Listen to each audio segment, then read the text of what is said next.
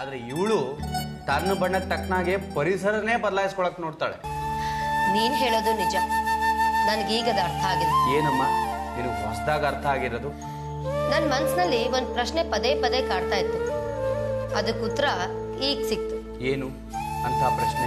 ನಮ್ ಗಗನ್ ತುಂಬಾ ಒಳ್ಳೆಯವನು, ಅವನು ಯಾರನ್ನು ದ್ವೇಷಿಸೋಲ್ಲ. ಅಂತದ್ರಲ್ಲಿ ತಾನಾಗೆ ಒಲ್ದು ಬಂದ ಹೆಣ್ಣನ್ನ ಯಾಕೆ ತಿರಸ್ಕರಿಸ್ತದಾನೆ ಅಂತ. ಅದ್ಭುತವಾದ ಪ್ರಶ್ನೆ. ಹೋಗ್ಲಿ, ಅದಕ್ಕೆ ಉತ್ತರ ಈಗ್ಲಾರು ಸಿಕ್ತಾ? ಸಿಕ್ತು. ಉತ್ತರ ಶಾಕ್ ಆಗೋ ಹಾಗೆ ಸಿಕ್ತು. ಹೆಣ್ಣ ಅವಳು ಅಬ್ಬಬ್ಬಾ, ಅವಳನ್ನ ಒಳ್ಳೆಯವಳು ಅನ್ಬೇಕು ಕೆಟ್ಟವಳು ಅನ್ಬೇಕು ಅಂತಾನೆ ಗೊತ್ತಾಗ್ತಲ್ಲ ಕಣೋ. ನಿಜ ಹೇಳ್ಬೇಕು ಅಂದ್ರೆ ಅವಳು ಒಬ್ಬ ಅದ್ಭುತ ಅಭಿನೇತ್ರಿ, ಆದ್ರೆ ಆ ಟ್ಯಾಲೆಂಟ್ ದುರುಪಯೋಗ ಆಗ್ತಾ ಇದೆ ಅಷ್ಟೇ. ಯಾಕೆ ಮಂದರ, ಏನಾಯ್ತು? ಮತ್ತೆ ಅವಳು ನಾಟಕ ಮಾಡಿದ್ಲಾ? ನಿನ್ ಮನ್ಸು ಕರ್ಗೋಯ್ತಾ? ಕರ್ಗೋದ ಕಲ್ಲು ಕಗ್ಗಲ್ಲಾಯ್ತು. ಅವಳು ಏನ್ ಮಾಡಿದಾಳೆ ಗೊತ್ತಾ? ಏನ್ ಮಾಡಿದ್ಲು?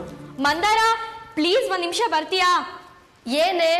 ನಾನ್ ಎಲ್ಲ ನಿನ್ಗೆ ಅಲ್ಲೇ ಹೇಳಕ್ ಆಗಲ್ಲ, ಪ್ಲೀಸ್ ಬಾರೆ. ಬಂದೇ ಇರು. ಮಂದರ, ನೀನೇನು ಹೇಳ್ತಾ ಇದ್ದೆ? ಅವಳೇನೋ ಅರ್ಜೆಂಟು ಅಂತಿದ್ದಾಳೆ, ಒಂದ್ ನಿಮಿಷ ಇರೋ, ಬರ್ತೀನಿ.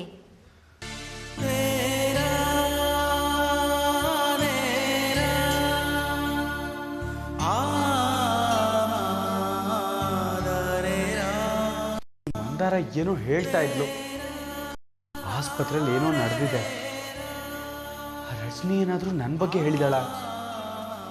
ದೇವ್ರೆ, ಆ ರಜನಿ ಹೇಳೋ ಕಟ್ಕತೆನ ಇವ್ರು ಯಾರು ನಂಬದೇ ಇದ್ರೆ ಸಾಕು. ಅವ್ರ ಕಪಿ ಮುಷ್ಟಿಯಿಂದ ನನ್ಗೆ ಯಾವಾಗ ಬಿಡುಗಡೆ ಸಿಕ್ಕುತ್ತೋ ನೀನೇ ಕಾಪಾಡ್ಬೇಕಪ್ಪ. ಈಗ ಏನಾಯ್ತಮ್ಮ? ಆಸ್ಪತ್ರೆ ಅಂದ ಮೇಲೆ 4 ಜನ ಬರೋದು ಹೋಗೋದು ಸಹಜ. ಅದರಲ್ಲೂ ನೀನು ಈ ರೀತಿ ಮಾಡ್ಕೊಂಡಿದ್ಯಾ ಅಂತ ಗೊತ್ತಾದ ಮೇಲೆ ನಮಗೆ ಬೇಕಾದವರು ಬಂದು ನೋಡ್ಕೊಂಡು ಹೋಗೋದು ಸಹಜ. ಬೇಕಾದವ್ರು ಬಂದ್ರೆ ಯಾರು ಬೇಡ ಅಂತಾರೆ ಡ್ಯಾಡ್? ಬೇಡವಾದವ್ರು ಬಂದ್ರೇನೆ. ಸಿಂಪತಿ ತೋರ್ಸಲ್ಲ, ಏನಾದ್ರೂ ಮಾಡ್ತಾರೆ, ಡೈನಮೈಟ್ ಇಡ್ತಾರೆ. ನೀನ್ ಯಾರ ಬಗ್ಗೆ ಹೇಳ್ತಾ ಇದ್ಯಾ? ಮಂದಾರನ ಬಗ್ಗೆ ಹೇಳ್ತಾ ಇದ್ಯಾ ಅಂದ್ರೆ ಅದನ್ನ ನಂಬಲ್ಲ, ಯಾಕಂದ್ರೆ ಅವಳು ಅಂತವಳು ಅಲ್ಲ. ಅಲ್ಲೇ ಡ್ಯಾಡ್ ಪ್ರಾಬ್ಲಮ್ ಇರೋದು. ಮಂದಾರ ಗಗನ್ ತಂಗಿ. ನಾನು ನಮ್ಮ ಮದ್ವೆ ಆಗೋದು ಅವಳಿಗಿಷ್ಟ ಇಲ್ಲ. ಶಪಥ ಮಾಡಿದಾಳೆ ಡ್ಯಾಡ್. ಮದ್ವೆ ಆದ್ಮೇಲೆ ಅದಕ್ಕೆ ನಾದ್ನೀರ್ ಜಗಳ ಇದ್ದಿದ್ದೆ, ಆದ್ರೆ ಅವಳು ಇವಾಗ್ಲೂ ಶುರು ಮಾಡ್ಕೊಂಡಿದ್ದಾಳೆ. ಈಗ ಏನಾಯ್ತಮ್ಮ? ಯಾಕೆ ಪ್ರತಿಯೊಂದಕ್ಕೂ ರಗಳೆ ತೆಗಿತ್ಯಾ? ಈಗ ಆಗ ಹೋಗಿರೋದ್ರ ಬಗ್ಗೆ ಪೋಸ್ಟ್ ಮಾರ್ಟಮ್ ಬೇಡ, ಮುಂದೆ ಏನಾಗ್ಬೇಕೋ ಅದ್ರ ಬಗ್ಗೆ ಯೋಚನೆ ಮಾಡು. ನೋಡು, ನೀನು ಗಗನ್ನ ಮದ್ವೆ ಆಗ್ಬೇಕಾದ್ರೆ ಮಂದಾರನ್ನ ಗುಡ್ ಹ್ಯೂಮರ್ ಅಲ್ಲಿ ಇಟ್ಟಿರ್ಬೇಕು. ಅದನ್ನ ಬಿಟ್ಬಿಟ್ಟು ಅವಳು ಯಾಕೆ ಬಂದ್ಲು, ಅವಳನ್ನ ಯಾಕೆ ಒಳಗಡೆ ಬಿಟ್ರು ಅಂತ ರಗಳೆ ತೆಗಿತ್ಯಾ ಅದೆಲ್ಲಮ್ಮ. ನಿಮಗ್ ಗೊತ್ತಿರೋದು ಇಷ್ಟೇ ಡ್ಯಾಡ್. ಅವಳು ನನ್ನ ಸಮಾಧಾನ ಮಾಡಕ್ ಬಂದಿದ್ರೆ ಶಾಂತವಾಗಿ ಮಾತಾಡ್ಬೇಕಾಗಿತ್ತು, ಆದ್ರೆ ಅವಳು ಬಂದವಳೆ ಶುರು ಮಾಡಿದ್ಲು. ನಾನು ಮುಳ್ಳಂತೆ, ಎಲ್ಲರನ್ನೂ ಚುಸ್ತೀನಂತೆ. ಗಗನ್ ಕೊರಳಿಗೆ ಹಾವು ತರ ಜೋತ್ ಬಿದ್ದು ನಾನು ಅವನ್ನ ಕಚ್ತೀನಂತೆ. ಹೀಗೆ ಇನ್ನು ಏನೇನೋ ಹೇಳಿದ್ಲು ಡ್ಯಾಡ್. ಅವಳು ಹೀಗೆ ಹೇಳ್ತಾಳೆ ಅಂತ ನಂಗೆ ಮುಂಚೆನೆ ಗೊತ್ತೇ ಇದ್ರೆ ಮೊಬೈಲಲ್ಲಿ ರೆಕಾರ್ಡ್ ಮಾಡಿ ನಿಮಗ್ ಕೇಳಿಸ್ತಿದ್ದೆ. ನೀವೆಲ್ಲ ನನ್ನ ನಂಬ್ತೀರಾ? ಆ ಗಗನ್ನ ಅವ್ರ ಮನೆಯವ್ರನ್ನ ನಂಬ್ತೀರಾ? ಹಾಗಲ್ಲಮ್ಮ, ನಾನು ಅವ್ರ ಮೇಲೆ ನಂಬಿಕೆ ಇಟ್ಟಿರೋದು ಅವ್ರ ಒಳ್ಳೆ ನಡತೆ ಇಲ್ಲ. ಅವ್ರ ಗಗನ್ನ ನಾನು ಹೊಗಳೋದು ನೀನು ಅವನ್ನ ಇಷ್ಟಪಟ್ಟಿದ್ಯಾ ಅಂತ. ಆದ್ರೆ ಈಗ ಏನಾಗಿದೆ ಗೊತ್ತಾ ಡ್ಯಾಡ್? ಆ ಮಂದಾರ ನಮ್ಮ ಮದ್ವೆ ಹಾಳು ಮಾಡೋದಕ್ಕೆ ಒಂದ್ ಕತೆ ಕಟ್ಟಿದಾಳೆ. ಏನಮ್ಮ ಕತೆ? ಡ್ಯಾಡ್, ನೀವೇ ಹೇಳಿ. ನಾನು ವಿಷ ತಗೊಂಡ್ಮೇಲೆ ಡಾಕ್ಟರ್ ನನ್ನ ICU ಇಟ್ಟಿದ್ದು, ಆಮೇಲೆ ಸ್ಟಮಕ್ ವಾಶ್ ಮಾಡಿದ್ದು, ಆಮೇಲೆ ಇಂಜೆಕ್ಷನ್ ಕೊಟ್ಟಿದ್ದು ಸುಳ್ಳ? ಯಾರಮ್ಮ ಹಾಗಂದ್ರು? ಪುಣ್ಯಾತ್ಮ ಡಾಕ್ಟರ್. ಸರಿಯಾದ ಸಮಯಕ್ಕೆ ನಿನ್ನ ಉಳಿಸ್ತಾ ಇದ್ದಿದ್ರೆ ನಿನ್ನ ನಾನು ಕಳ್ಕೊಂಡ್ಬಿಡ್ತಿದ್ದೆ. ಹೌದು ತಾನೆ ಡ್ಯಾಡ್? ಮತ್ತೆ ಮಂದಾರ ಹೇಳ್ತಾಳೆ ನಾನು ಆಡಿದೆಲ್ಲ ನಾಟಕ ಅಂತೆ. ನಾನು ಡಾಕ್ಟರ್ ದುಡ್ಡು ಕೊಟ್ಟು ಅವ್ರ ಹತ್ರ ಸುಳ್ಳು ಹೇಳ್ಸದ್ನಂತೆ. ಹೌದಾ? ಹಾಗಂದ್ಲ? ಹೌದು ಡ್ಯಾಡ್. ಇನ್ನು ಏನೇನಂದ್ಲು ಗೊತ್ತಾ? ನಾನು ICU ಇದ್ದಿದ್ದೆಲ್ಲ ಸುಳ್ಳಂತೆ. ನಾನು ಯಾವ್ದೋ ಸಿರಪ್ನ ಕುಡಿದ್ಬಿಟ್ಟು ವಿಷ ಅಂತ ಹೇಳದ್ನಂತೆ. ಅದಕ್ಕೆ ನನಗೆ ಡಾಕ್ಟ್ರು ಸಹಾಯ ಮಾಡಿದ್ರಂತೆ. ನೋಡಿದ್ರ ಡ್ಯಾಡ್ ಹೆಂಗೆಲ್ಲ ಕತೆ ಕಟ್ತಾಳೆ ಅಂತ. ಮಂದಾರ ಹೀಗೆಲ್ಲ ಮಾಡಿದೆ? ಈಗಿನ ಕಾಲದಲ್ಲಿ ಯಾರನ್ನ ನಂಬೋದು ಅಂತಾನೆ ಗೊತ್ತಾಗ್ತಲ್ಲ. ಅದಕ್ಕೆ ಡ್ಯಾಡ್ ಹೇಳೋದು, ಬೆಳ್ಳಗಿರೋದೆಲ್ಲ ಹಾಲಂತ ನಂಬಿಡ್ತೀರಾ. ನಿಮ್ಗೆ ಮಂದಾರ ಸಂಸ್ಕಾರ ಇರೋಳು, ನಾನು ಗಯ್ಯಾಳಿ. ನನ್ಗೆ ಇದ್ದದನ್ನ ಇದ್ದ ಹಾಗೆ ಹೇಳೋ ಅಭ್ಯಾಸ ಡ್ಯಾಡ್. ಅವಳ ತರ ನಾಲ್ಗೆಗೆ ಜೇನ್ಸ್ ಅವ್ರ್ಕೊಂಡು ಮಾತಾಡಕ್ ಆಗಲ್ಲ. ಡ್ಯಾಡ್ ಈಗ ಅವಳು ಏನು ಮಾಡ್ತಾಳೆ ಗೊತ್ತಾ? ಏನ್ ಮಾಡ್ತಾಳೆ?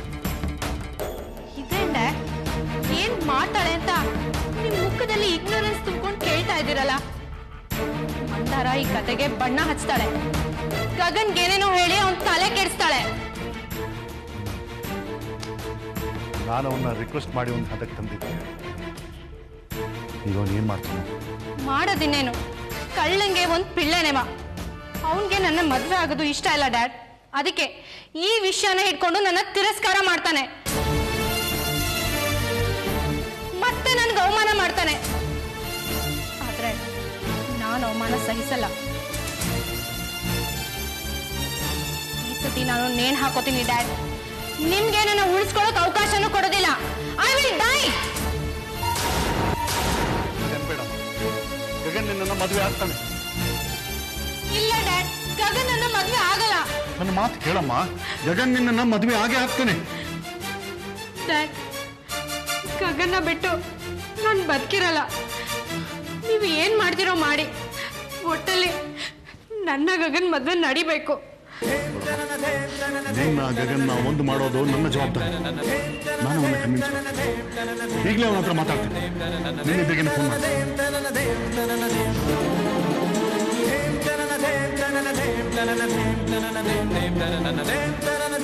ಗಗನ್, ನಾನು ನಿನ್ನ ಬಾಸ್ ಮಾತಾಡ್ತಾರೆ.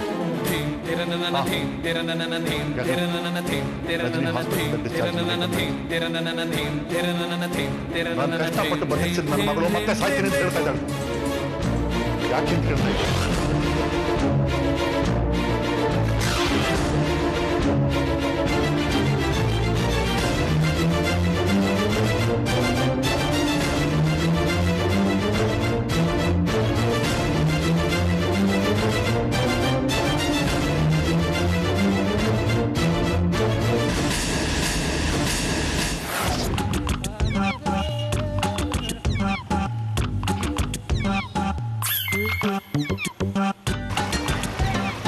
ಏನೇಳ ಹಂಗೆ ನೋಡ್ತಾ ಇದೀಯಾ? ನೋಡ್ಬೇಕು ಅನಿಸ್ತಾ ನೋಡ್ತಾ ಇದ್ದೀನಿ. ಸ್ವಲ್ಪ ಆ ಕಡೆಗೆ ಬತ್ತೀಯಾ? ಯಾಕೆ? ಸೂಟ್ ಕೇಸ್ ಎತ್ಕ ಹೇಳ್ತೀನಿ. ಎತ್ಕ ಸೂಟ್ ಕೇಸ್ ಎತ್ಕ. ನಡೆ. ಬರದು ಇಡೋಣ ಹೇಳ್ತೀನಿ.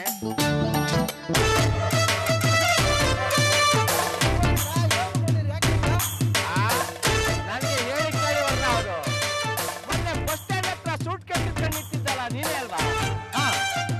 ಹೌದು, ಫೋನಲ್ಲಿ ಮಾತಾಡ್ತಾ ಸೂಟ್ ಕೇಸ್ ಎಲ್ಲ ಮರ್ತೋಗ್ಬಿಟ್ಟೆ. ಹೌದು, ಈ ವಿಷಯ ನಿಮ್ಗೆ ಗೊತ್ತಾಯ್ತು? ಇದೊಳ್ಳೆ ಸರಿ ಆಯ್ತಲ್ಲ. ಅನಾಥ ಸೂಟ್ ಕೇಸು ಯಾರಾದ್ರೂ ಎತ್ಕೊಂಡು ಹೋಗ್ಬಿಡ್ತಿದ್ರು ಅಂತ ನಾನು ಬಹಳ ಯೋಚನೆ ಮಾಡಿದೆ. ಓ, ಹೊರದೇಶದಿಂದ ಯಾರೋ ಬಂದವ್ರೆ, ಬಾಂಬ್ ಗೀಮ್ ಬಿಟ್ಟಿದ್ದಾರೆ, ನಮ್ ಜನ ಸಾಯಬಾರ್ದು ಅಂತ ನಾನು ಜಾಗ್ರತೆಗೆ ಎತ್ಕೊಂಡು ಹೋಗಿ ಯಾವ್ದಕ್ಕೂ ತೆಗೆದು ನೋಡ್ದೆ. ಅದ್ರಲ್ಲಿ ನೋಡಿದ್ರೆ ಸ್ಕೆಲಿಟನ್ ಇತ್ತು.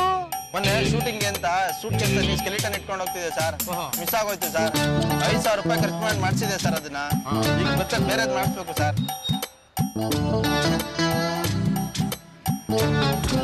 ಅಯ್ಯೋ ರಾಮ್ನೆ, ಎಷ್ಟು ತೊಂದರೆ ಆಗೋಯ್ತು. ಮತ್ತೆ 5,000 ಕೊಡ್ಬೇಕಾ? ಹೌದು ಸರ್, ಏನ್ ಮಾಡ್ತೀರಾ? ಜವಾಬ್ದಾರಿ ಪ್ರೊಡ್ಯೂಸರ್ ಹತ್ರ ಅಡ್ವಾನ್ಸ್ ಬೇರೆ ತಗೊಂಡಿದ್ದೀನಿ, ಮಾಡಿಸ್ಕೊಳ್ಳಬೇಕಲ್ಲ. ಅಯ್ಯೋ, ಎಂತ ಕೆಲಸ ಆಗೋಯ್ತ್ರಿ. ಯಾರೋ ಹೇಳಿದ್ರು ನಿಮಗೆ ಮಾಟ ಮಂತ್ರ ಮಾಡಿಸ್ಬಿಟ್ಟಿದ್ದಾರೆ ಅಂತ. ಅದನ್ನ ಸಾಕ್ಸಕ್ಕೋಸ್ಕರ ಒಬ್ಬನಿಗೆ ಹೇಳಿದೆ. ಅವ್ನಿಗೊಂದು 1,000 ರೂಪಾಯಿ ಕೊಟ್ಟಿದ್ದೀನಿ. ಅವ್ನು ಸಾಯಂಕಾಲ ಬಂದು ತಗೊಂಡೋಗ್ತೀನಿ ಅಂತ ಹೇಳಿದ್ದಾನೆ. ಅವ್ನಿಗೆ ಯಾಕೆ ಕೊಡ್ತೀರಾ ಸರ್? ಆ ಸ್ಕೆಲಿಟನ್ ಬಿಡ ನನ್ಗೆ ಕೊಟ್ಬಿಡಿ ಸರ್. ಅವ್ರಿಗಾಗಲೇ ನಾನು 1,000 ರೂಪಾಯಿ ಕೊಟ್ಟಿದ್ದೀನಲ್ಲ, ಅವ್ರು ವಾಪಸ್ ಕೊಡಲ್ಲ ರೀ. ಅಷ್ಟೇ ತಾನೆ? 1,000 ರೂಪಾಯಿ ನಾನು ಕೊಡ್ತೀನಿ, 4,000 ರೂಪಾಯಿ ನನ್ಗೆ ಉಳಿತದಲ್ಲ. ಮತ್ತೆ ಎತ್ತೆ ದುಡ್ಡ ತಗೊಳ್ಳಿ. ಕೊಡ್ರಿ, ಹೇಳ್ತೀನಿ. ರೇ ಸೂಟ್ ಕೇಸ್ ಅಲ್ಲಿಟ್ಟಿದ್ದೀರಿ, ಮುಂದೆ ಇಟ್ಕೊಳ್ರಿ. ಮೊದ್ಲೇ ಹೋಗತ್ತೆ ಅಂತೀರಾ. ಈಗ ಬೆಂಗಳೂರಿನಲ್ಲಿ ಬಾಂಬ್ ಕಾಟ ಬೇರೆ, ಹಂಗೆಲ್ಲ ಇಟ್ಕೋಬಾರ್ದು. ಕರೆಕ್ಟ್ ಆಗೈತೆ. ಸೂಟ್ ಕೇಸ್ ತಗೊಳ್ಳಿ, ಬನ್ನಿ. ರಜನಿ, ನೀನು ಹೀಗೆ ಹಠ ಮಾಡಿದ್ರೆ ಏನೂ ಆಗಲ್ಲ. ನನ್ನ ಮಾತು ಕೇಳು, ಸ್ವಲ್ಪ ದಿವಸ ಸುಮ್ಮನೆ ಇದ್ಬಿಡು, ನಾನೆಲ್ಲ ಸರಿ ಮಾಡ್ತೀನಿ. ಈಗಲೇ ಆಗ್ಬೇಕಂತ ಒಂದೇ ಕಾಲಲ್ಲಿದ್ದರೆ ಯಾವುದು ಸಾಧ್ಯ ಇಲ್ಲ. ಯಾಕೆ ಸಾಧ್ಯ ಇಲ್ಲ ಡ್ಯಾಡ್? ಈಗ ನಾನು ಗಗನ್ನ ಬಿಟ್ಟು ಬೇರೆಯವ್ರನ್ನ ಮದ್ವೆ ಆಗಕ್ಕಾಗಲ್ಲ. ಅದ್ ಯಾಕೆ ಅಂತ ನಿಮ್ಗೂ ಗೊತ್ತು ಡ್ಯಾಡ್. ಇನ್ ತಡ ಮಾಡಿದ್ರೆ ಅವನು ಪ್ಲೇಟ್ ಚೇಂಜ್ ಮಾಡ್ತಾನೆ, ನಮ್ಗೆ ಮೋಸ ಮಾಡ್ತಾನೆ. ಇಲ್ಲಮ್ಮ, ಅವನು ಎಂತ ತಪ್ಪು ಮಾಡಿದಾನೆ ಅಂತ ರಿಯಲೈಸ್ ಮಾಡ್ಕೊಂಡಿದ್ದಾನೆ. ಅವನು ಖಂಡಿತ ನಿನ್ನ ಮದುವೆ ಆಗ್ತಾನೆ. ನನಗೆ ಆ ನಂಬಿಕೆ ಇದೆ ಅಮ್ಮ. ನಂಬಿಕೆ? ನಿಮ್ಮ ಮಗಳಿಗಿಂತ ನೆನ್ನೆ ಮೊನ್ನೆ ಬಂದು ನಿಮ್ಮ ಕೈ ಕೆಳಗೆ ಕೆಲಸ ಮಾಡೋನ್ಗೆ ನಿಮ್ಮ ನಂಬಿಕೆ ಇದೆ, ಆದರೆ ನನಗ ನಂಬಿಕೆ ಇಲ್ಲ. ಡ್ಯಾಡ್, ನೀವೇನ್ ಮಾಡ್ತಿರೋ ನನಗೆ ಗೊತ್ತಿಲ್ಲ. ನಾಳೆನೆ ನನ್ನ ಮತ್ತೆ ಗಗನ್ ಮದುವೆ ನಡಿಬೇಕು ಅಷ್ಟೇ. ರಜನಿ, ನೀನ್ ಯಾಕೆ ಅರ್ಥ ಮಾಡ್ಕೋತಾ ಇಲ್ಲ? ಡ್ಯಾಡ್, ಮೊದಲು ನಾನು ಹೇಳೋದನ್ನ ನೀವು ಕೇಳಿ. ನಾಳೆ ಏನಾದ್ರೂ ಮದುವೆ ನಡೀಲಿಲ್ಲ ಅಂದ್ರೆ ಹಸೆ ಮಣೆ ಏರ್ಬೇಕಾಗಿದ್ದು ಈ ರಜನಿ ಚಿತೆ ಮಣೆ ಏರ್ಬೇಕಾಗುತ್ತೆ. ಶಾಸ್ತ್ರೋಕ್ತವಾಗಿ ನಿಮ್ಮ ಮಗಳು ಧಾರೆ ಇರಬೇಕಾದ ನೀವು ಶಾಸ್ತ್ರೋಕ್ತವಾಗಿ ಇದೇ ಮಗಳು ಶವ ಸಂಸ್ಕಾರನ ಮಾಡಿ ಮುಗಿಸ್ಬೇಕಾಗುತ್ತೆ. ಯಾಕಮ್ಮ ನನ್ನ ಅರ್ಥ ಮಾಡ್ಕೋತಾ ಇಲ್ಲ? ಇದು ಬರೀ ಗಗನ್ ಸಂಬಂಧಪಟ್ಟಿದ್ದ ಸಮಸ್ಯೆ ಅಲ್ಲ. ಅವನೇನೆ ನಂಬಿಕೊಂಡು ಅವನ ತಂದೆ ತಾಯಿ 4 ಜನ ತಂಗಿಯರಿದಾರಮ್ಮ. ಅವ್ರಿಗೆಲ್ಲ ಈ ವಿಷಯ ಸಡನ್ ಶಾಕ್ ಆಗಿರುತ್ತೆ. ಅದು ಅಲ್ಲದೆ ಗಗನ್ ಮದುವೆಗಿಂತ ಮುಂಚೆ ಅವ್ರ ತಂಗಿಯರ ಮದುವೆ ಮಾಡೋ ಜವಾಬ್ದಾರಿ ಅವನ ಹೆಗಲ ಮೇಲಿದೆ.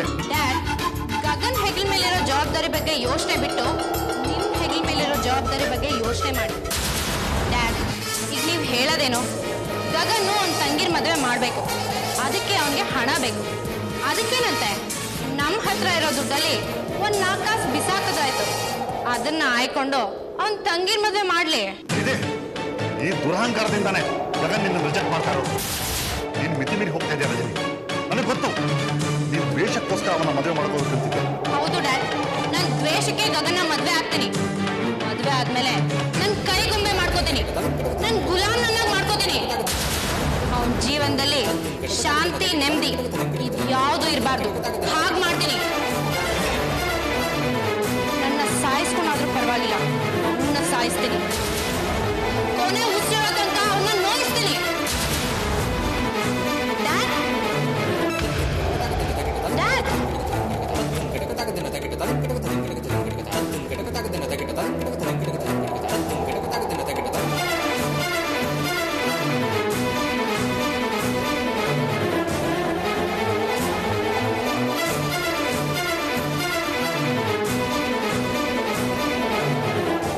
ನಿನ್ನನ್ನು ಹಿಂಸಿಸ್ಕೊಂಡಾದ್ರೂ ಗಗನ ಹಿಂಸೆ ಕೊಡ್ತೀಯ, ನಿನ್ನನ್ನು ಸಾಯಿಸ್ಕೊಂಡಾದ್ರೂ ಅವನ್ನ ಸಾಯಿಸ್ತೀಯ. ಸಾಧಿಸ್ತೀನಿ. ಮನುಷ್ಯನಿಗಿರಬೇಕಾದ ಯಾವುದೇ ಲಕ್ಷಣಗಳಿಲ್ಲದೆ ಇರೋ ರಾಕ್ಷಸ ನೀನು. ನಿನ್ನಂತೊಳಗೆ ಜನ್ಮ ಕೊಟ್ಟ ಪಾಪಕ್ಕೆ ಒಂದೇ ಒಂದು ಪರಿಹಾರ ಇದೆ. ಹೌದು ಡ್ಯಾಡ್, ನನ್ನ ಗಗನ್ ಮದ್ವೆ. ಇಲ್ಲ, ನೀನೇ ಹೇಳಿದ್ಯಲ್ವ ಹಸೆ ಮನೆ ಇರಬೇಕಾದವು ಚಿತೆ ಮನೆ ಇರಬೇಕಾಗತ್ತೆ ಅಂತ. ಅದೇ ಆಗತ್ತೆ. ಅಂದ್ರೆ ಅಂದ್ರೆ ನಿನಗೆ ಜನ್ಮ ನೀಡಿದ ಈ ತಂದೆನೇ ನಿನ್ ಜೀವ ತೆಗಿತಾನೆ. ನಿನ್ನಂತ ವಿಷ ಸರ್ಪನ ಇಷ್ಟು ದಿವಸ ಭೂಮಿ ಮೇಲೆ ಬಿಟ್ಟಿದ್ದೆ ತಪ್ಪು.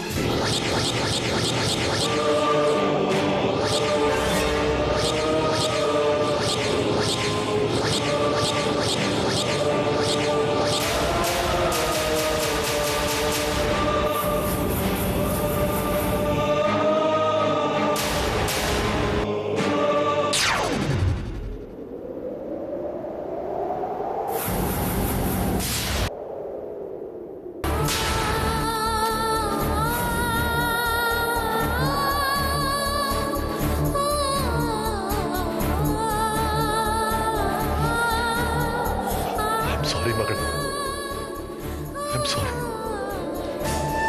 ನೀನು ಈ ರೀತಿ ನಡ್ಕೊಂಡಿದ್ದಕ್ಕೆ ನಾನು ಬೆಳೆಸಿದ್ದೇ ಕಾರಣ. ಅದಕ್ಕೆ ನನಗೂ ಶಿಕ್ಷೆ ಆಗಲೇಬೇಕು.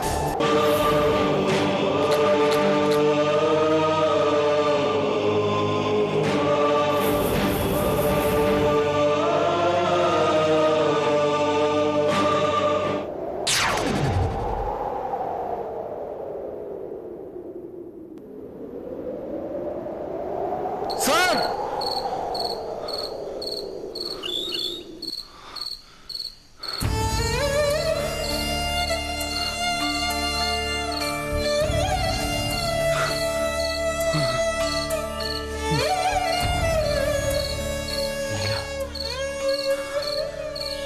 ಹಾಗಾಗ್ಬಾರ್ದು. ನಮ್ಮ ಬಾಸ್ ಸಾಯ್ಬಾರ್ದು. ನಾನು ತಗೊಳ್ಳೋ ನಿರ್ಧಾರ ಅವ್ರ ಸಾವು ಕಾರಣ ಆಗಬಾರ್ದು. ಹೌದು, ನಾನು ಸರಿಯಾದ ನಿರ್ಧಾರ ತಗೋಬೇಕು.